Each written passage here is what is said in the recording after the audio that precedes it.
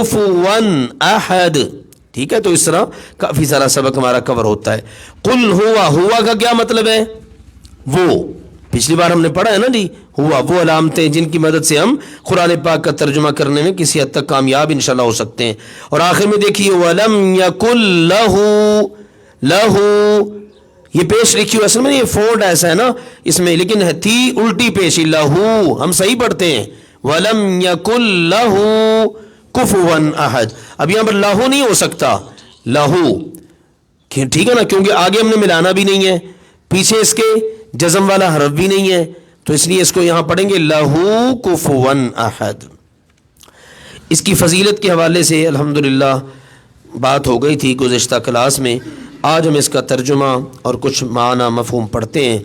اللہ تعالیٰ کا فرمان ہے قل فرما دیجئے, ہوا وہ, اللہ اللہ تعالی, احد ایک ہے, وہ اللہ ایک ہے. ہم نے پچھلی بار آپ کو بتایا تھا سیدنا ابی بن کعب رضی اللہ تعالیٰ عنہ فرماتے ہیں کہ جب مشرکین نے نبی اکرم صلی اللہ علیہ وسلم سے کہا صف لنا ربک, اپنے رب کی ہمارے سامنے صفت بھی تو بیان کرو نا, کچھ کا تعارف کرواؤ, کچھ کا نسب بیان کرو, کون ہے تمہارا رب؟ تو اللہ تعالیٰ نے یہ صورت نازل فرمائی تھی. تو اب اس میں جواب کیا ہے؟ وہ اللہ جس کا تم مجھ سے نسب پوچھ رہے ہو نا, صفت, وہ اللہ ایک ہے. ٹھیک ہے نا. ہوا یہ کچھ عربی گرامر کے حوالے سے اگر ہم اس کو دیکھیں نا تو اس کا بڑا خوبصورت معنی بنتا ہے.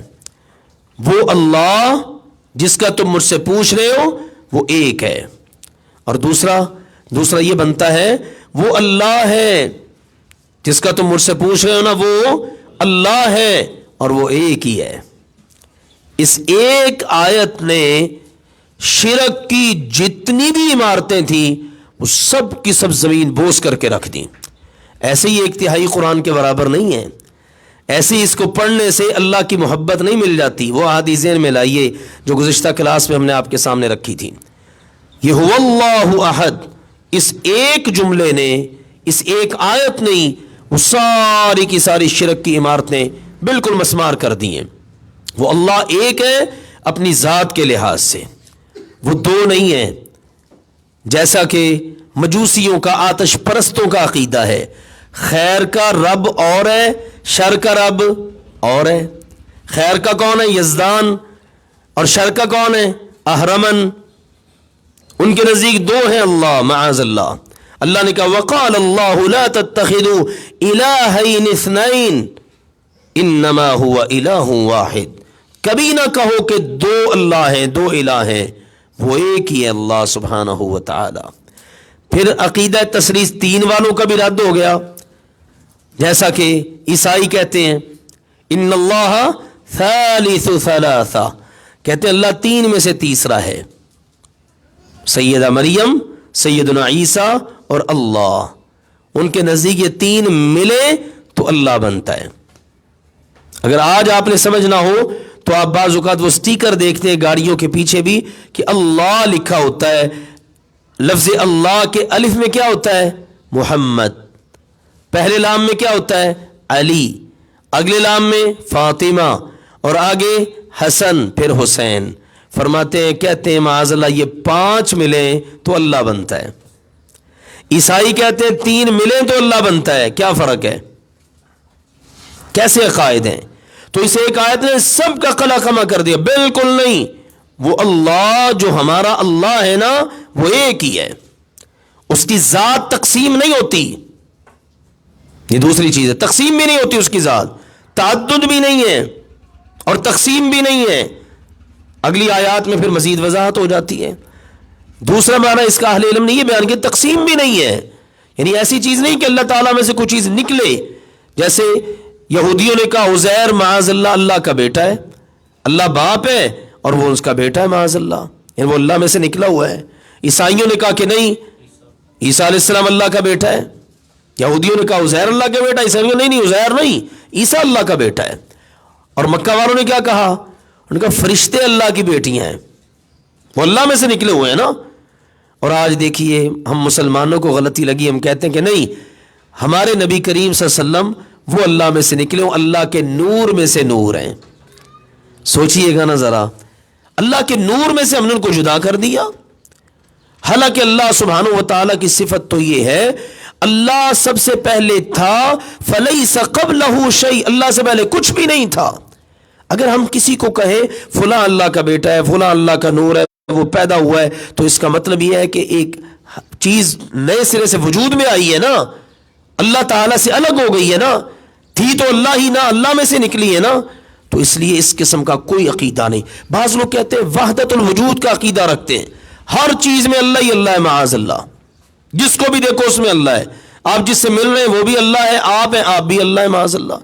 ان کا اتنا واہیات قسم کا عقیدہ ہے، انہوں نے یہاں تک کہہ دیا کہ جانوروں میں بھی معاذ اللہ اللہ ہے۔ بالکل غلط۔ الرحمن علی العرش استوى، اللہ کوئی اتنی رف چیز نہیں ہے، گری پڑی چیز نہیں ہے کہ ہر جگہ پر اللہ ہو، اتنی کثیر تعداد میں کوئی چیز ہو تو اس کی تو ویسی ویلیو نہیں رہتی۔ تو یاد رکھیے وہ اللہ ایک ہی ہے اور وہ عرش بری پر ہے۔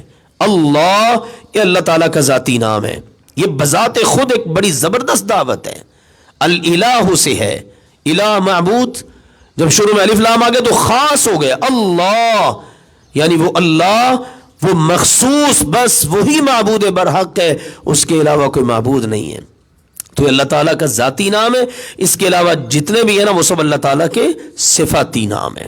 تو اللہ تعالیٰ نے تعارف خود کروا دیا، مکہ والوں نے یا مشرکین نے یہودیوں نے تو کہا نا کہ آپ بیان کرو اپنے رب کا حسب، نسب اور جناب اس کا تعارف، تو سبحان اللہ، اللہ تعالیٰ نے صرف 4 آیات میں اپنا شاندار تعارف کروایا۔ اور پہلی آیت کیا ہے؟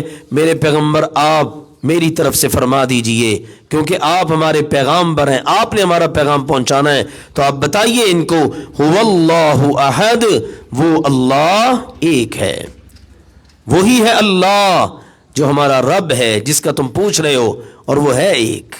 ٹھیک ہے، ذات کے لحاظ سے، صفات کے لحاظ سے، اختیار کے لحاظ سے، تقسیم کے لحاظ سے، تعدد کے لحاظ سے، کسی بھی لحاظ سے، کسی بھی طرح وہ ایک سے زائد نہیں ہے، وہ ایک ہی ہے۔ ٹھیک ہے، نہ اس کی جزیات ہیں، نہ آگے اس کی تقسیم ہے، نہ اس میں سے کوئی ہے، نہ وہ کسی میں سے۔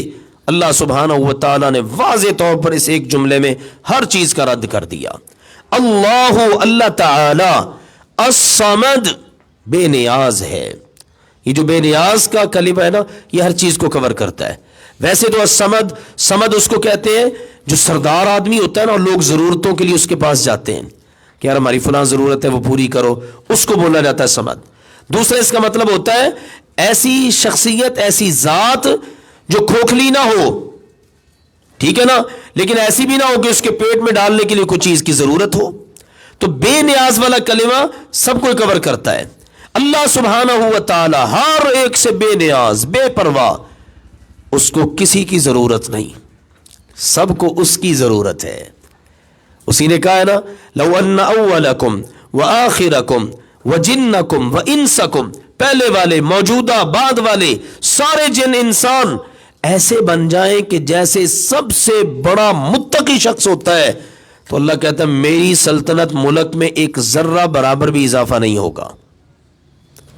ٹھیک ہے نا، کوئی بندہ نیکی کر کے اللہ پر تو کوئی احسان ہی نہ کرتا۔ تو اس کے مقابلے میں اگر پہلے والے، بعد والے، موجودہ سارے جن و انس سب سے زیادہ فاجر جیسے شیطان ابلیس ہے اس جیسے بن جائیں، تو اللہ کہتا ہے میری سلطنت میں ذرہ برابر کمی بھی نہیں ہوتی، وہ اتنا بے نیاز ہے۔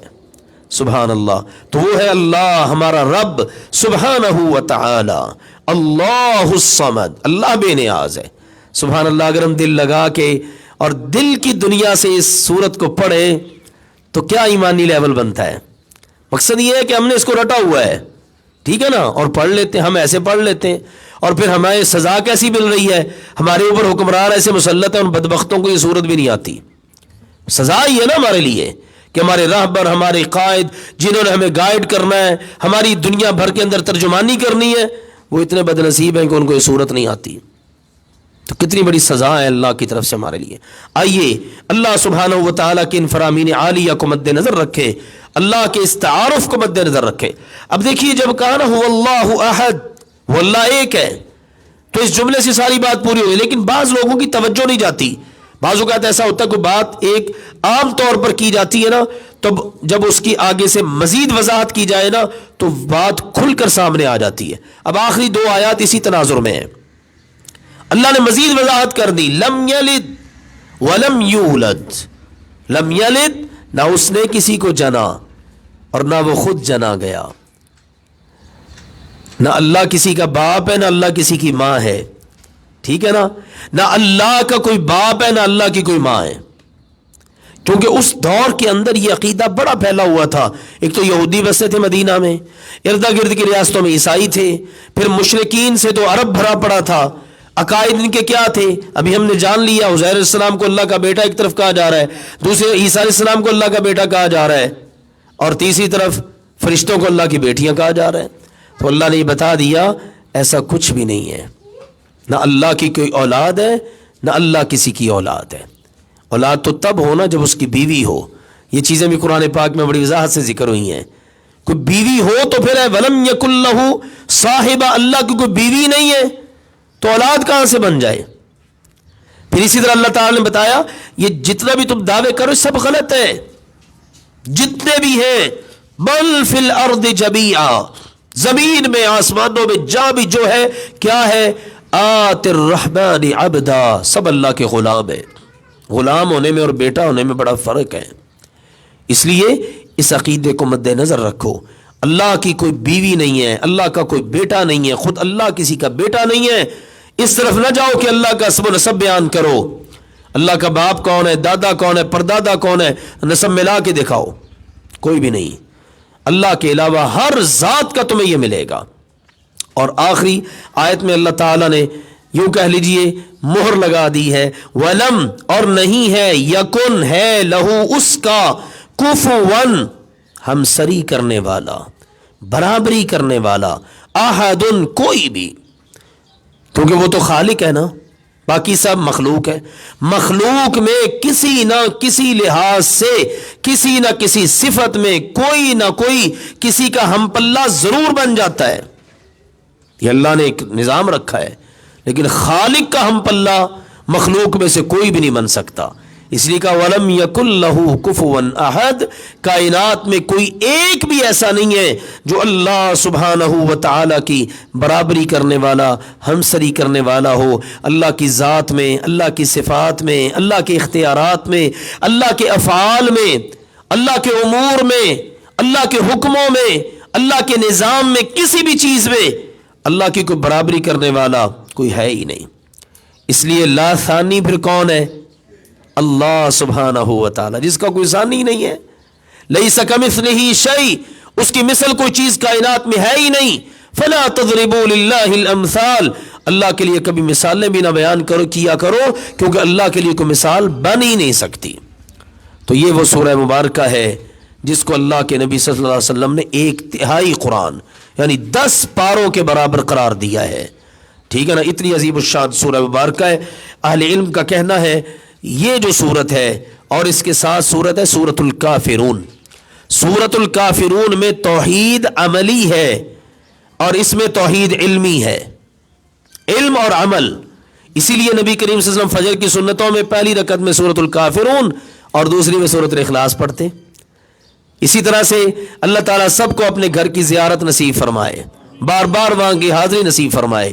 وہاں پر طواف کرنے کے بعد مقام ابراہیم پر 2 رکعتیں پڑھی جاتی ہیں، پہلی رکعت میں سورۃ الکافرون اور دوسری میں سورۃ الاخلاص، اور بندہ اپنے علم سے اور اپنے عمل سے یہ ثابت کر رہا ہوتا ہے یا اللہ عبادت صرف تیری ہے، کیونکہ سچا معبود تو ہی ہے، تیرے علاوہ کسی اور کی عبادت ہو ہی نہیں سکتی، اور جو یہ صفات عالیہ تیری ہے نا کسی کی بھی نہیں۔ قل هو اللہ احد، فرما دیجئے وہ اللہ، بس وہی اللہ ہمارا معبود ہے، وہ ایک ہی ہے۔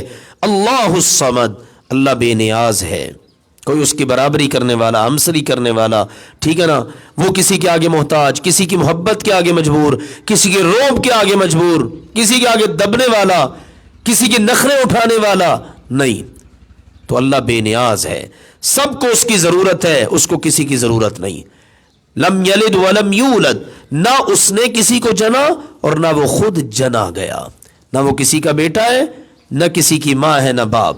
ولم یکن لہ کفوا احد، اور کوئی بھی اس کی برابری اور اس کی ہمسری کرنے والا نہیں ہے۔